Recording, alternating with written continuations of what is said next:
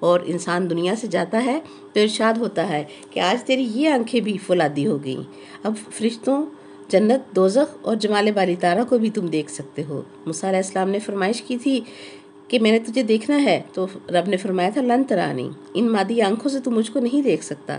اور نبی پاک صلی اللہ علیہ وسلم کا کمال یہ ہے کہ جو لذت جنتی کو جنت میں نصیب ہوگی، اسے وہ لذت اس زندگی میں نیک عمل کرنے پر اسی جہان میں انسان کے روح اور دل میں جو ہے وہ اتر جاتی ہے اور انسان سرور اور لذت حاصل کرتا ہے۔ یاد رکھیں، اصل مزہ تو تب ہے کہ انسان قبر میں جائے تو اس کے پاس دولت ہو، زندگی کا سامان ہو، راحت آفرین بستر ہو، محل جیسا گھر ہو۔ آخرت بہت بہترین ہے، لیکن ان لوگوں کے لیے جو دنیا میں اللہ سے دوستی لگا کر رکھتے ہیں۔ الذین یتقون، اللہ کی اطاعت اور عظمت کا اقرار، نبی کریم صلی اللہ علیہ وسلم پر جان نشاور کرنا، اس کے نبی صلی اللہ علیہ وسلم کی پیروی کرنا ہے۔ اور مزے کی زندگی آخرت کی ہے، جس میں صرف مزہ ہی مزہ ہے۔ دنیا کی نعمتوں میں اگر لذت ہے تو تلخی بھی ہے۔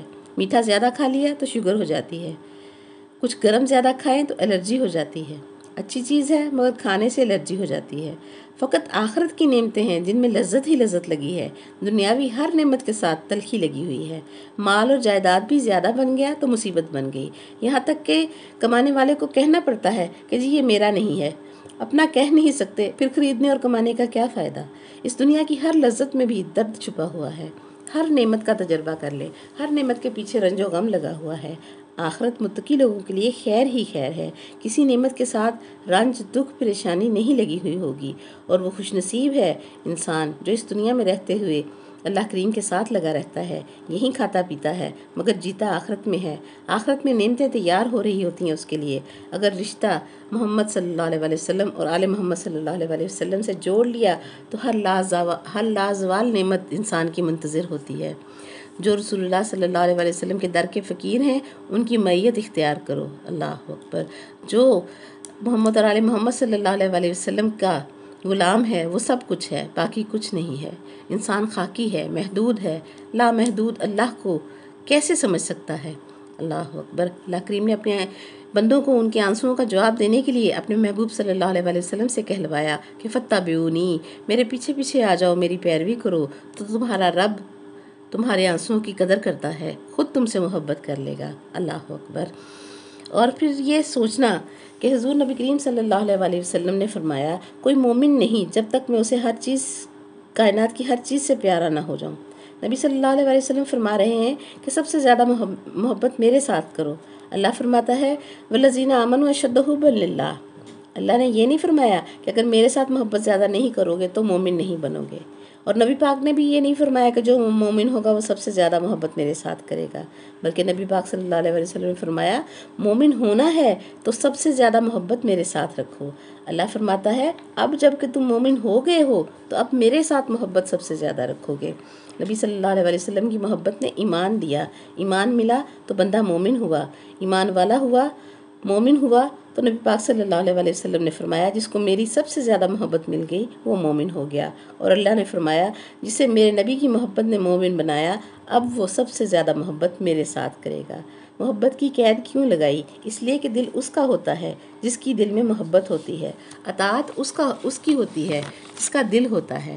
یاد رکھیں اطاعت کی بھی دو قسمیں ہیں، جبر کے ساتھ اطاعت اور محبت کے ساتھ اطاعت۔ جابر نظروں سے ہٹے تو اطاعت ختم ہو جاتی ہے، محبوب نظر کے سامنے رہے یا نہ رہے اطاعت جاری رہتی ہے۔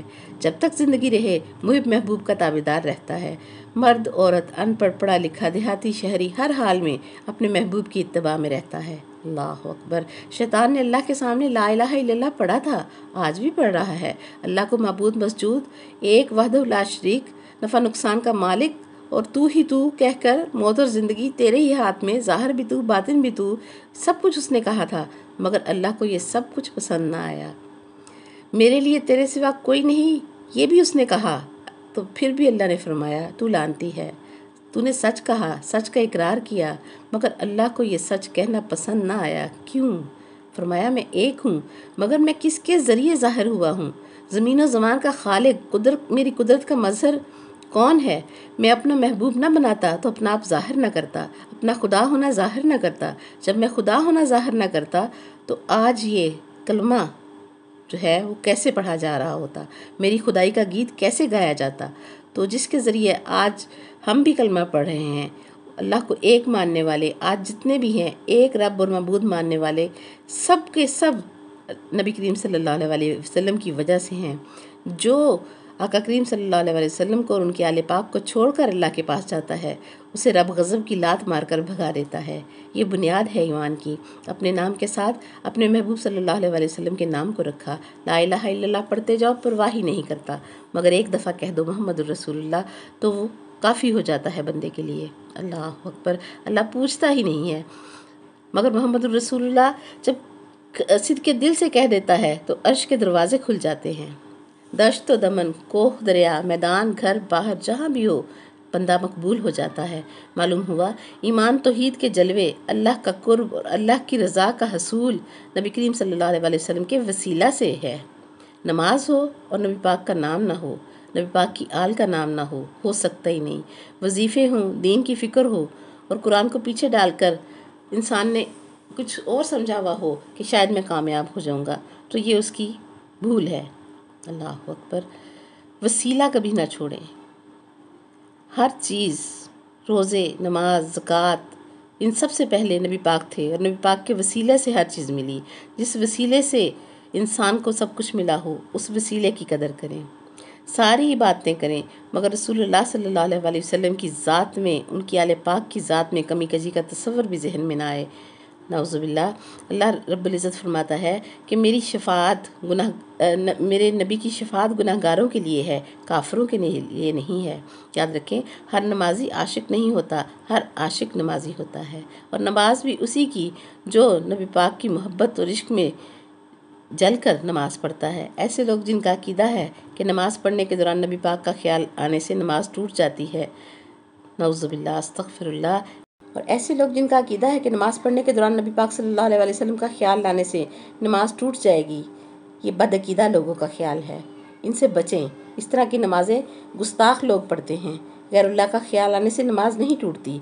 اس بات کا ثبوت ہمیں حیات طیبہ سے ملا۔ امام حسین علیہ السلام نبی پاک صلی اللہ علیہ وسلم کی کمر اقدس پر بیٹھ گئے اور ان کے بیٹھنے کے خیال سے میرے نبی پاک صلی اللہ علیہ وسلم نے سجدہ کو لمبا کر دیا۔ اور دوسری بار ہمیں حدیث میں یہ بات ملتی ہے کہ نبی کریم صلی اللہ علیہ وسلم نے دوران نماز امامت کرواتے ہوئے ہاتھ بڑھایا اور پھر ہاتھ واپس پیچھے کر لیا۔ اللہ اکبر۔ تو نماز کے بعد بتایا کہ میں جنت کے باغ سے ایک خوشہ پکڑا اور پھر میں نے پکڑ کر چھوڑ دیا۔ اللہ اکبر۔ نبی پاک صلی اللہ علیہ وسلم نے فرمایا کہ میں دوران نماز جنت میں تھا، جنت بھی میرے قدموں کے نیچے تھی اور مسجد نبوی بھی میرے قدموں کے نیچے تھی، کہ دونوں عالم میرے ہیں، ایک قدم اٹھاؤں تو جنت میں اور دوسرا قدم اس عالم میں۔ انگور کا خوشہ دیکھا، توڑنا چاہا تو چھوڑ دیا۔ اگر میں خوشہ لے آتا تو قیامت تک آنے والے میرے غلام کھاتے رہتے، وہ ختم نہ ہوتا، اور چھوڑ اس لیے دیا کہ خیال آیا کہ یہ جنت کا میوہ ہے، میری امت میری وجہ سے جنت میں جائے گی تو کھائے گی، وہاں کا میوہ یہاں نہیں لانا چاہیے۔ آپ صلی اللہ علیہ وسلم نماز میں جنت میں گئے، انگور کا خوشہ دیکھا، امت کا خیال آیا، یہ ساری چیزیں نماز میں خیال در خیال آئیں تو نماز نہ ٹوٹی۔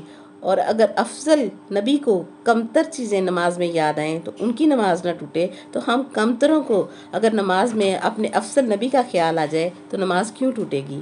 اللہ اکبر۔ آج کے لیے اتنا ہی۔